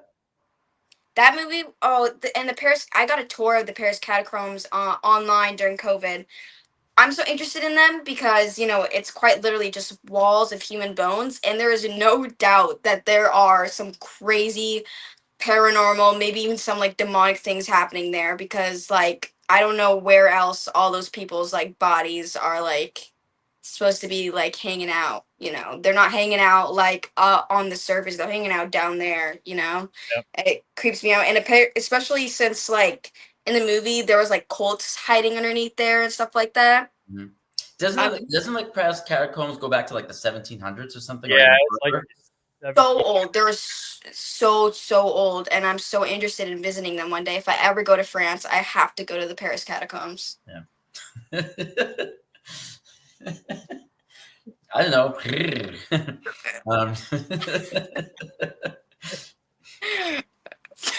But yeah, so I got Ditto House is next. I will be there writing from July 26th to August 10th. Ernie and Denise have graciously opened their home to me for 15 days. yeah. They also told me that I can stay longer if I need. But you know what? They live there. This is their home. It's not like MSP where I can go and hide in a cell and I'm not impeding anybody. I mean, so 15 days. I got to figure out how to write a book in 15 days and be terrified of giggling children under your bed. my bed and then supposedly you feel the weight of them when they get into bed with you. If that happens, I'm just going to get in my car and drive home like that. It might be 2 a.m. I don't care. I'm just coming home. If anything gets in bed with me and it's not a cougar, I'm just going to be so like, And it's not a cougar. So I just, yeah. So a part of me is scared. I actually had this conversation yesterday with somebody. They asked me, like, why is the house more scary for you? Like, you spent 8 weeks at MSP. Like, why are you so scared about this? Why is there so much anxiety? If you've been to MSP or seen photos, it's huge, right? It's open. A hall is massive. When you're in A hall, you're looking up at 4 walks. You're looking at all this space. Even when you're in 3 and you're in housing unit 1, you get the sense that if something pops around the corner, all the way down there, I can run all the way down there, right? You just get this feeling that it's open. You're not very claustrophobic. The Ditto House, if you've ever been there or seen pictures, not only are the rooms really small, but I guarantee you that at the Ditto House, if you ran out of a room because you saw something into another room, you're probably going to see something in that room too. You're just going towards more stuff. So I think the Ditto House has this claustrophobic, but not just in a, you don't, yeah, I feel maybe that might add to the writing. There's nowhere to run. So there's very few places to go. Yeah, there's nowhere to go. You literally have nowhere to go. And Ernie and Denise are going to be working. They work, right? They're working folk. They can't stay home and hang out with me while I'm writing this book. So there's going to be, 8-10 hours a day where I'm alone in the house. And trust me, at the Ditto House, whatever ghosts are there, they could care less what time it is. They're not like, hey, it's 2 p.m. Let's not scare anybody. Let's wait. Right. Yeah, they're active all the time. They're like, screw this. Yeah, it's like, right. So there is just as much chance of walking into a room and seeing something or something there at 4 p.m. as there is at 4 a.m. I think that also scares me, especially since I'm going to be there like literally alone, right? Like the grandfather clock just ticking in the background, tick, tick, tick. And I'll just be, this is going to be me writing for 15 days. Like that's it. So it'll be fun. Damien, do you both believe in ghost pets or animals, or is spirit energy you feel only grounded to humans? So I'm going to say this. with my theory of energy, if that's the case, it can't just be to humans, because then that just ruins my whole theory about everything that dies, its energy, that's left over is about. I just personally believe that since the energy holds memories, kind of like how water is known, like has been said to hold memories, that the ghosts or spirits of animals can't kind of communicate to us the way that the humans do. So I just think it's so much easier for us to have more connections with human spirits than animals. It's not that I don't believe in them. I just don't think that it's very possible for us to communicate to like the spirits of animals than it is to humans. There's an interesting theory that I was actually kind of working through in my head. What if, let's throw this theory out. What if when we die and everything dies, right? So everything from a bird to an octopus to us, again, we're all energy. What if we become like this collective consciousness, right? That encompasses all, and so everything knows everything. So maybe that's how Hero's mom's name was said in the dungeon. It wasn't Hero's mom. It's a collective consciousness that would know his mom's name because Or how it's able to like talk to Uncle Paul as well. Right. Because it's a in the collective women's consciousness. unit. So think of it. Do you ever make like big rubber balls as a kid? Yep. Right. Maybe every time something passes, it's a rubber band around the ball and the ball just gets bigger and all the rubber bands know each other's thoughts and feelings. So something that's at the dungeon of MSP, part of the collective consciousness, knows Hero's mom or is part of Hero's mom, right? It's so entropy is interesting. Now we're gonna get into like science, science shit. But so if you take a glass of water, clear water, and you take a single drop of red dye and you drop it in the water, right? The red's gonna hit the water and it's gonna disperse. Yep. Right? That red drop doesn't stay a red drop and sink to the bottom. You can't reach in and pick the red drop and bring it back out, right? It infects the whole thing. So maybe that's the collective consciousness. So every time someone passes, we're another drop of red dye in a glass of water, mixed equally, right? I mean, that would also explain why sometimes people have the memories of people that they were in past lives or whatever. I mean, because when people are born, that's again old energy transferring over, and sometimes it still has a part of someone else's thoughts or feelings from past things. Yep. It's so much fun to discuss this, right? Because we can debate it or discuss it, I guess. We're not really debating, but it's fun. Well, that's even like I tell people all the time. If that person was a jerk when he was alive, that person's gonna be the same jerk when they died. Yeah. Stupid jerk. And then even houses that we do a lot of residential houses, and you get these spirits that were attached to the property. They may have owned the house at one time and they passed away there. They don't realize they're dead, and they get aggressive because they get new people that move into their space. They change what they're used to. They go in, they remodel a house, and then they kick up the activity. Well, that person is trying to protect their space. They consider that's still their dwelling, that's still their house, and you're a burglar trespassing. Mm-hmm. So it's like a normal instinct. Like when a burglar breaks into your house, what are you going to want to do? Protect your family, protect your house. So that's basically the same way they're feeling. Yeah. Can I answer this question? I actually have an answer for this, and I don't get asked this a lot, so this is great. Yes, I would love to investigate the funeral home that I grew up in, because I would love to come with. Because I lived in the funeral home from the ages of 8 to 16.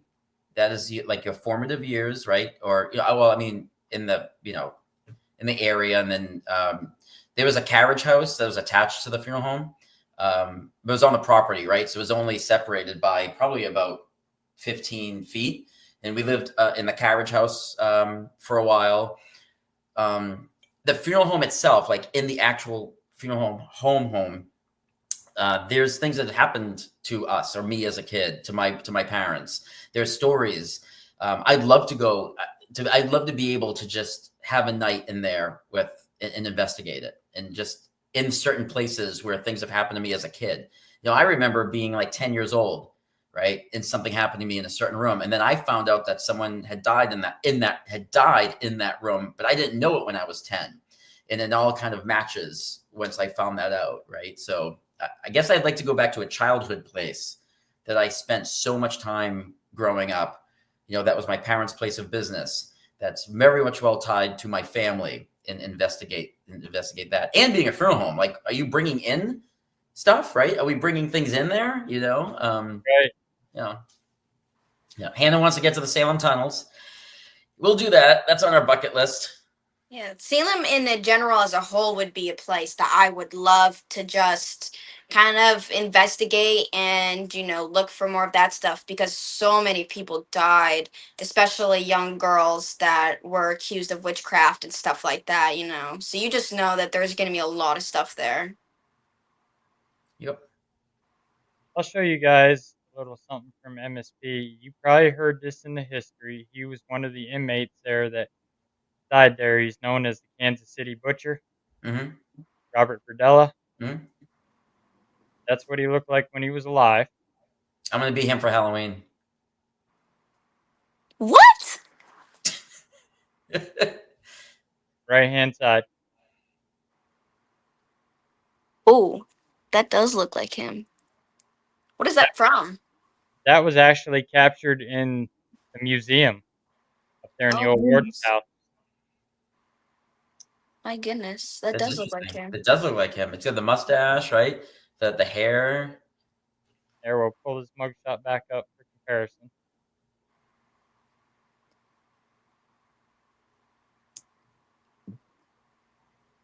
Wow, that's cool. Yeah. That was one of our catches up there in the museum. And right after that, my dad was shaking hands with that mannequin guard. Yeah. Something had grabbed him right by the arm. He had like 5 finger mark bruises on his arm. We had someone get scratched during the book release party. Like scratch under their clothes. Oh yeah, I remember Rob saying something about that. Yeah, I can't remember who it was, but I got scratched. You did, yeah. You got scratched, and then Amy. And then they disappeared as soon as I stepped out of the state penitentiary when they were having their smoke break, and I stepped out to kind of follow Rob. They disappeared almost to they vanished. It was like the weirdest thing that has ever happened to me. I had like these claw marks on my thighs, and as soon as I stepped out, they were like gone. Yeah, they didn't appear again. Amy, the woman who did the book cover, did all the artwork for These Walls Still Talk. She was there. She went with her friend Jason, and we were in the dungeon. Something pulled on Jason's shirt so hard enough for him to interrupt Rob's speech and go and kind of like he startled him, right? Like it was enough, and so that was kind of cool. And a lot of people were watching all of us during Rob's speech and stuff. We all kept looking up in the catwalks. Mm.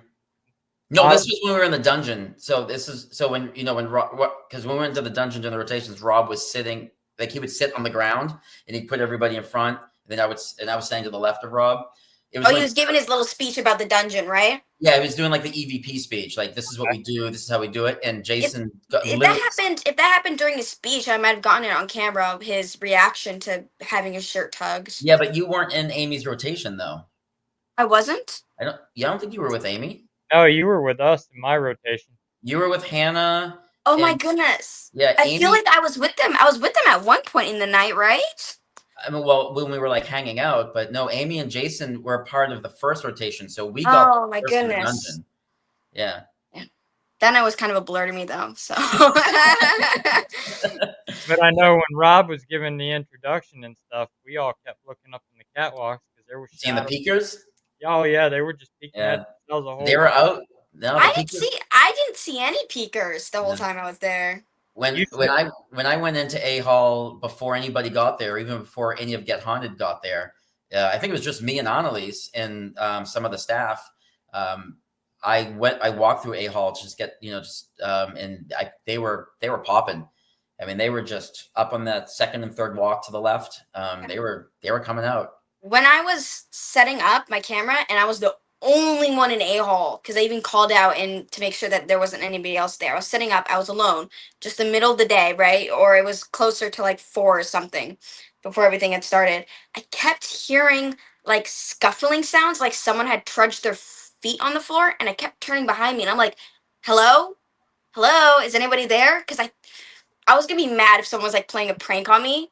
But like behind me, I kept hearing like scuffling sounds, like someone had stepped, like had like made a step on the floor. Mhm. So at first, I thought someone was trying to creep up behind me because they would stop as soon as I would turn around, but like nothing was ever there. Yeah, that's very common in A Hall. Yeah, that's definitely common. We've heard that several Yeah. times, and That was probably the first moment where I was like, okay, this is what I'm about to get myself into.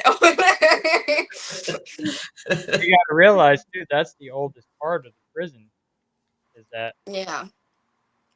And, our first time there, we went to dinner with that other team. My dad told this girl she was gonna get touched that night. This is her first time ever going to MSP. So her and her boyfriend decided to tag along with us, and I was like, "If you're the type that gets scared easy, I wouldn't tag along with us because there's chances we're gonna encounter something." They're like, So "We want to." I want to plug MSP historic tours. During the day, they do historic tours, not paranormal at all. But there's a tour guide. His name is Fred, and he Oh, Fred, was an yep. inmate at MSP. And if you ever get him as a tour guide, he was there. He came to the party. He was there for a bit, and then we were hanging out with him like during one of his tours earlier. He's fantastic because he tells you where things happened to him as an inmate, and he tells you what life was like there from an inmate's perspective, right? So you don't get that with any of the other tour guides. While I love all the tour guides, Fred gives you that. There's just a different angle, you Yep. know. And then you hear these stories, and you just like, this was your life for 20 years. I can't believe this, or however long he was in there. So yeah, if anybody is going to MSP and you want to switch it up and you don't want to do a ghost tour or hunt, hit one of the historic tours. I hopped in on one of the history tours just for a little bit in A Hall. It was very interesting. Yeah, you got Mike. I think Mike was speaking. He's also one of the tour guides that you'll get a very different experience with because he is so kind of like he tells you like stories about like things that's happened. He doesn't really just say the history like, oh, this was built at this time, this was built at that time. He like pulls out like stories he's found, and he's done like very like deep research about stuff. So he says like stories and stuff that like nobody really knows. Like even other tour guides at MSP, they've never really heard these stories before. It was very interesting to hear, a little segment of his tour. Yep. This is a question for Brian. Russell posted about a serial killer. Is there a serial killer that has passed that you'd like to investigate their old dwelling? Sure. His name was Albert DeSalvo, and he was known as the Boston Strangler. Okay. And when my mother was a teenager or early 20s, I don't know. I can't be 100% sure of the timeline. He was terrorizing the streets of Boston. He was killing girls off the street.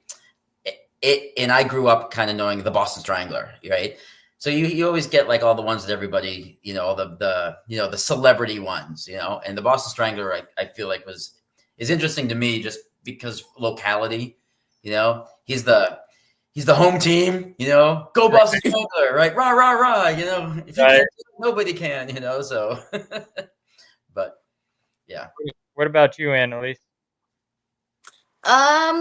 I just like serial killers in general. Context, I'm I'm kind of I'm kind of like more drawn to Jeffrey Dahmer in that aspect. I've watched so many documentaries and series about Jeffrey Dahmer. It's actually insane. Um I was just so fascinated about just like his how he grew up as a kid and how that affected him later on and how that kind of turned him into who he was. And it gets me thinking about how many serial killers wouldn't have existed if something about their life was different, like um some people are born with just like psycho like psychological like issues and stuff like that. So they're born that way. But then with like other serial killers, something happens to them that makes them snap. And that part of it is what's interesting to me. Like, how different would it have been if this thing hadn't happened to them, you know? I think mine would be Ed Gein. Ed Gain. Oh, Ed Gein, yeah. Yep, he would be my one. I'm definitely gonna make a trip up there to the old farm, and they've got a big museum up there, his, where they still actually got some of his artifacts that he created Hmm. there. Interesting. But the history with Ed Gein, that's where the Texas Chainsaw Massacre movie come from, Yep. and Psycho. Oh, I didn't know that. Yep, Psycho was also based on Ed Gein because Ed Gein loved his mother just like Norman Bates did, But don't we all mostly? and Ed Gein would dress up like his mother. Oh, yeah. I guess that makes sense. Yeah. Okay. So, All right. yeah, he would be one of the ones I'd like to go check out. Wasn't there a serial killer that like wore their mother's face like a mask? That would be Ed Gein. He was the That's who it was. I was thinking, I was like, that sounds familiar, but yeah, he would dress up as his mom and wear her like face as a mask and he, like go out in public or something like that. that's Yeah, that was crazy. how they got Leatherface was Ed Gein. We have a local serial killer couple here, not too far from where I live, called Ray and Faye Copeland.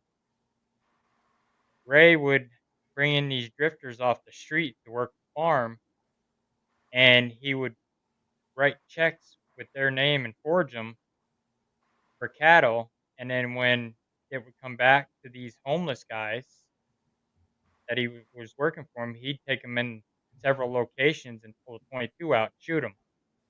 And then his wife would take the clothes and make quilts out of them. Oh my goodness. That They, is that is and, like morbid though, taking like dead people's clothes and making stuff out of them. yep, and they killed several. I think they killed probably over 20 drifters.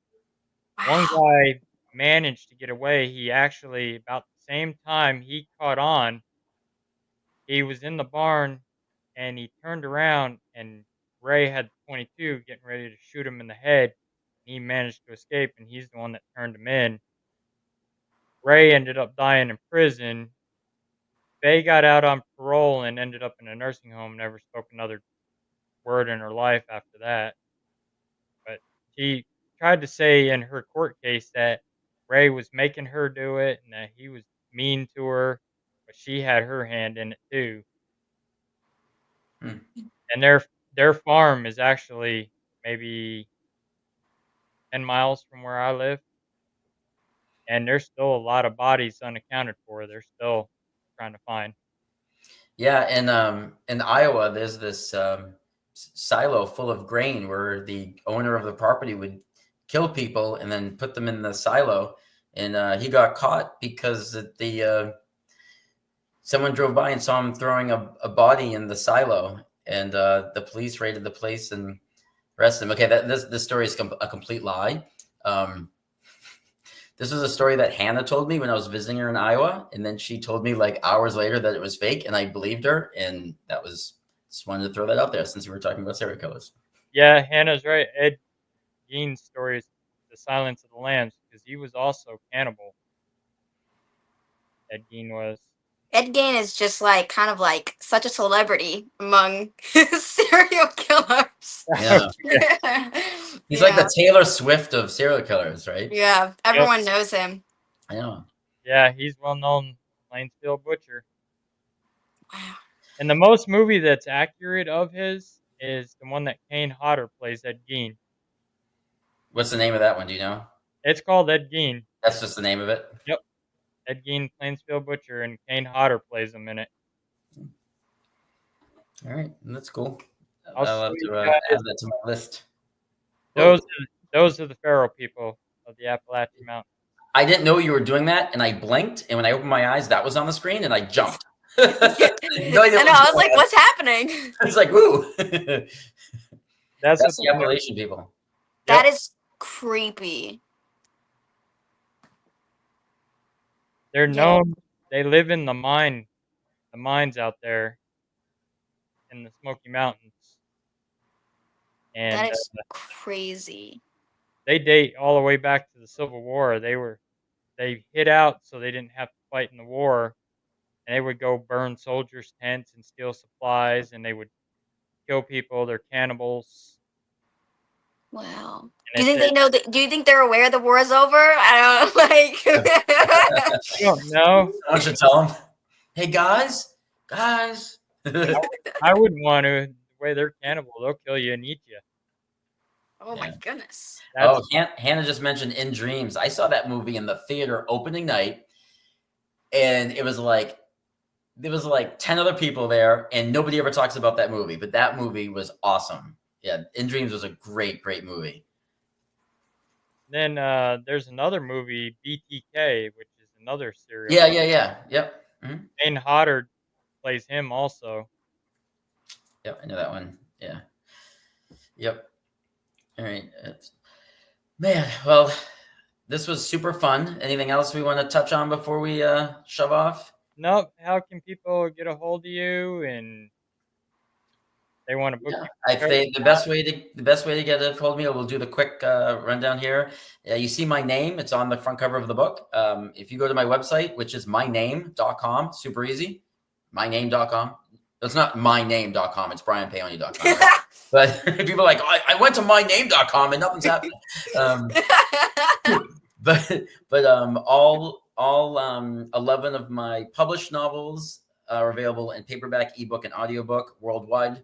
And my 12th novel comes out September 13th. Believe it or not, Fright Reads is the book release party to my mockumentary werewolf novel that is called Howlers. That's and you're funny. probably going, gee, Brian, these Walls Don't Talk just came out a week ago. How do you have a book release party for your next book already? Well, I wrote these Walls Don't Talk almost a year ago. It's been sitting, waiting for the MSP event, right? So while the last year has gone by, I've written another book and it's ready to come out.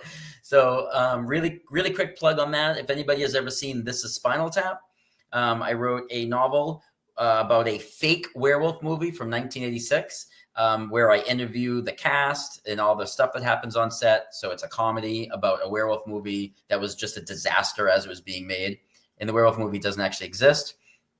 And it's based off of a soundtrack to this movie that doesn't actually exist. I actually teamed up with the band that wrote the soundtrack to this fake movie, and we kind of collaborated on it. So that's called Howlers. That's coming out September 13th at Fright Reads, where Annalise's MSP Get Haunted movie is going to premiere. And Get Haunted is going to be there with little Annabelle. So if you guys are anywhere near the DC area or want to get on a plane and come or want to drive, Fright Reads Book Festival. I know it's got Book Festival in its name. That's because the guy who runs it, when he started it, he thought it was only going to be a book festival, but it has grown so much and he trademarked the name from the get-go. So now it's still called Fright Reads Book Festival, but it's everything horror. There's movies, vendors, books, cosplay. It's a huge thing. So Fright Reads Book Festival is going to be September 13th and 14th. And that's going to be a massive event. It's going to be super, super fun. So it'd be awesome if people came out and watched Annalise's movie on the screen and hung out with Get Haunted and hung out with little Annabelle. And I'll have the DeLorean there. The DeLorean will be next to my booth where people can sit in it for photos. Heather Graham, the author who was at the Supernatural soiree for Get Haunted, is going to be there. We just have lots of people that a lot of people here know are going to be at Fright Reads. It's usually my biggest event next to Awesome Con every year. So, and that's where my new book drops. So I just came out of a book release party and now I'm getting ready for the next one and then off to the Ditto House. So Granter had one last question. Yeah. You both mentioned the movie that you love, our influences. Do you have any books that have influenced you? Book recommendations. So everybody knows my answer. I mean, most people do. Mine's really quick. I read a lot of Goosebumps growing up. That kind of those are like the childish ones, right? But like I read those a lot as a kid and I loved them so much. So those kind of definitely influenced my love for horror and like watching horror movies and like storytelling, and stuff like that. Yeah. Stephen King. I know it's cliche, but Stephen King was when I realized that you could do this, like that this was a profession. Oh yeah, I love Stephen King's novels, especially The Yep. Shining. And the Dark Half was my first Stephen King book I ever wrote. Wrote. The Dark Half was my very first Stephen King book. It's not a book that gets a lot of attention. People don't tend to talk about it. There was a movie made. People tend not to talk about the movie, but The Dark Half in my brain is why I'm an author, because that was the book that made me go, holy shit, I can do this. No, Heather Graham, the author who was at the Get Haunted Supernatural soiree. She's a paranormal mystery author. So everyone, that happens a lot. Heather Graham, the actress? No. If you look up Heather Graham, the author, she's a New York Times best-selling author. So in the paranormal. All right, if you guys want to hang backstage for a minute, I'm going to close the show out, and I'll be with you guys in a few minutes. Thank you, everybody. Thank you. Thank you guys for coming on tonight. We'll see you in a few minutes. All right, guys, thanks for tuning in tonight. Hope you guys enjoyed the show. And always stay safe, stay humble. Remember, if you're being bullied in the paranormal field, you have a voice. Feel free to reach out to us. We'll listen. We're not going to turn you away.